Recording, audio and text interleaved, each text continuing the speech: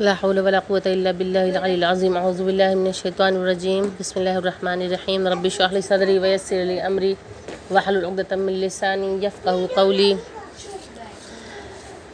قارئان، آج کی ہماری کلاس کا موضوع درس ہے احکام کے، جس میں ہم احکام تقلید کے بارے میں پڑھیں گے اور مجتہد اور عالم کی شناخت کے طریقوں کے بارے میں پڑھیں گے۔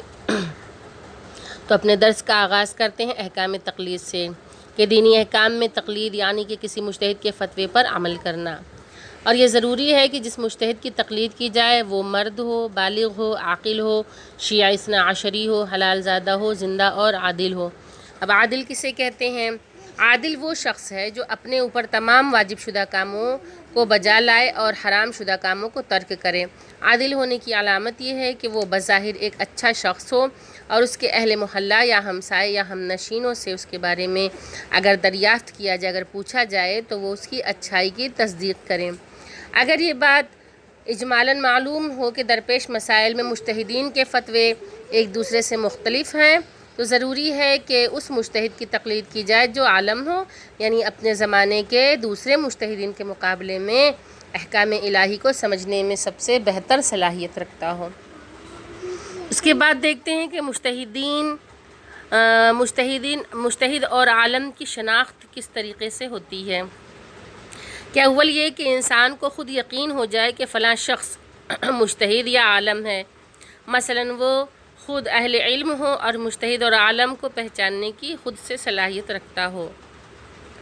اس کے بعد دو اشخاص جو خود عالم اور عادل ہوں نیز مجتہد اور عالم کو پہچاننے کی صلاحیت رکھتے ہوں، کسی کے مجتہد یا عالم ہونے کی تصدیق کریں بشرطے کہ دو دوسرے عالم آ کر ان کی تردید نہ کریں، اور بظاہر کسی کا مجتہد یا عالم ہونا ایک قابل اعتماد اہل خبرہ ماہر صاحب علم شخص کے قول سے بھی ثابت ہو جاتا ہے۔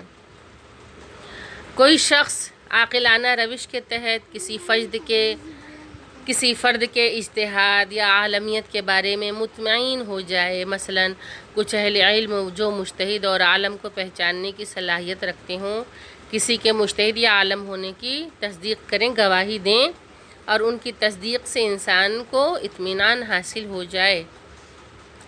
کسی مجتہد کا فتویٰ حاصل کرنے کے 4 طریقے ہیں، جس میں سے سب سے پہلے یہ ہے کہ خود مجتہد سے اس کا فتویٰ سننا۔ اس کے بعد ایسے 2 اشخاص کہ جو عادل ہیں ان کے ذریعے مجتہدین کا فتویٰ بیان کریں۔ تو کیا کہہ رہے ہیں؟ ایسے 2 عادل اشخاص سے سننا جو مجتہد کا فتویٰ بیان کریں، تو اس طریقے سے بھی فتویٰ حاصل کیا جا سکتا ہے کہ 2 عادل اشخاص بتائیں۔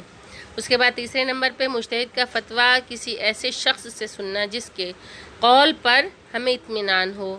اس کے بعد چوتھا طریقہ یہ ہے کہ مجتہد کی کتاب مثلاً توضیح المسائل میں پڑھنا بشرطے کہ اس کتاب کی صحت کے بارے میں اطمینان ہو، کہ ہمیں یقین ہے کہ کتاب صحیح ہے، اس میں کسی قسم کی غلطی نہیں ہے۔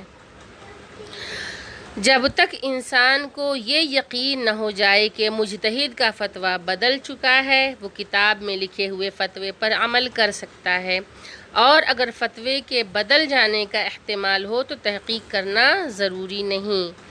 اگر وہ مجتہد جس کی ایک شخص تقلید کرتا ہے فوت ہو جائے تو جو حکم اس کی زندگی میں تھا وہی حکم اس کی وفات کے بعد بھی ہے، اس میں کوئی تبدیلی نہیں آئے گی۔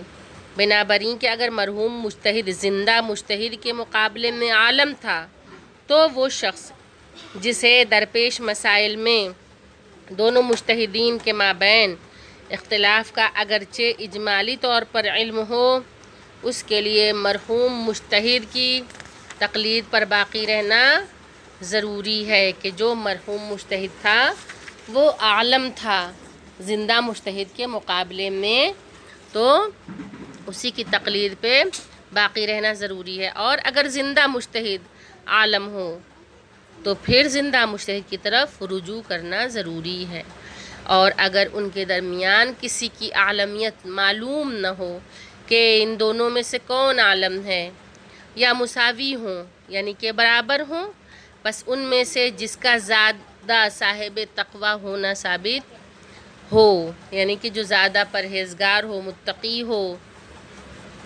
اور اس کا متقی ہونا، صاحب تقوی ہونا ثابت ہو، تو فتویٰ دینے میں زیادہ احتیاط بھی کرتا ہو تو اس کی تقلید کرنی چاہیے۔ وآخر الدعوانا ان الحمد للہ رب العالمین۔